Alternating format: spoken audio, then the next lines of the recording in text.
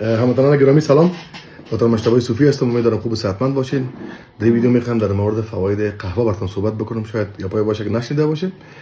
بر اساس تحقیقات آخر که با دکتر جان هاپکینز به منظور تشخیص دقیق فواید قهوه انجام دادن، به اصطلاح نکات جالب را به اصطلاح اینا پیدا کردن که نشان میده که قهوه یکی از بهترین نوشیدنی ها است که میتونه برای صحت خیلی مفید باشه. در قدم اول به چند فایدهش اشاره میکنم دوستان عزیز. با در مورد اضرارش هم میگم قهوه زیاد بخورین چی اضرار براتون به وجود میاره. اول باید بفهمید قهوه یک پری ورکاوت بسیار خوب برای ورزشکارای پرورش اندام است. مثلا کسایی که توانمندی اقتصادی ندارن یا پری ورکاوت ها یک از چیزایی است که قسم پودر است که پیش از تمرین یعنی میخورن به خاطر که استیمولیت شون، مثلا بازودایلشن به وجود بیاره، دگاه واس شوه، جریان خون ساعت زیاد شوه، فوکسشون زیاد شوه. خب ورزشکارای پرورش اندام موضوع رو میفهمن، با خاطر بیشتر تمرین قوی تر کرده بتونن، وزن بیشتر بلند کرده بتونن، اینا پری ورکاوت میخورن. قبل از تمرین یک پودر استفاده میکنن با اشکال مختلف. هم C4 هم مشهورترین C4 است اگه دقت کرده باشین. کسایی که خوش ندارن که از پری ورکاوت استفاده بکنن و از طرف صبح تمرین میکنن، بهترین پری ورکاوت برشون قهوه میتونه باشه. قهوه تلخ یک استیمولانت بسیار خوب است، محرک اعصاب مرکزی است، سنترال نرو استیمولانت است، برای از خیلی کمک میکنه. یک موضوع. دوم، دانشمندا ثابت ساختن کسایی که روز 2 گلاس قهوه میخورن عمرشون درازتر است، به خاطر از اینکه کسایی که قهوه میخورن از صدمات ناشی از سکته‌های قلبی و مغزی در امان میباشن و بیشتر از شکر 92 جلوگیری میکنن، مصرف گلوکوز تنظیم میکنه در بدن ما شما، بالاخره سبب میشه تا ما به شکر 92 مبتلا نشیم. از همه چیز مهمتر برای کسایی که الزایمر یا دیمنشیا زوال عقلی داشته باشن، باز خیلی کمک میکنه. روز 2 گلاس قهوه خوردن به شما این امکان میده که شما زوال عقلی کمتر به مواجه شین، به زوال عقلی.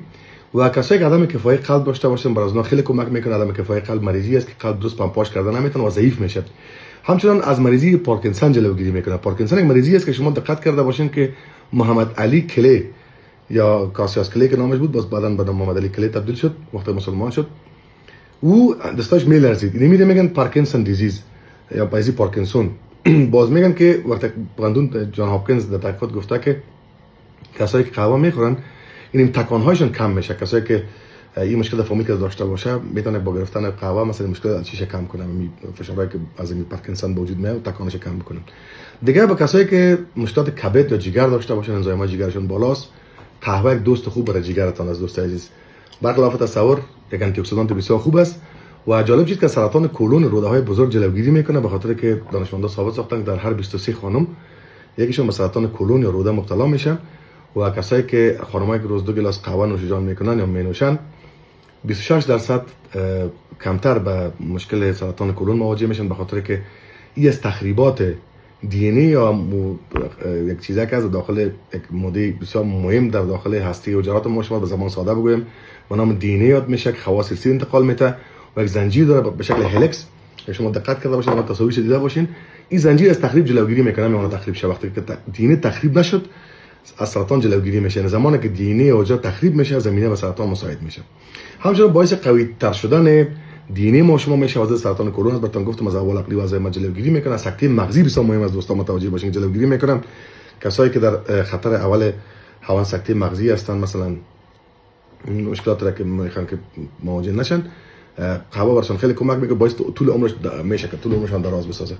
و جالبی است که اگه شما از 2 گلاس قهوه بیشتر میخورید ممکن است که با ضربان قلب شما ببره بالا، فشار بلند ببره بالا، فشار خون و بیخواب شما را بسازه و از همه چیز باعث اضطراب میشه. از 2 گلاس قهوه بیشتر نخورید و فراموش نکنید قهوه دوست قلب از دوست عزیز. روز 2 گلاس قهوه حتما بنوشید.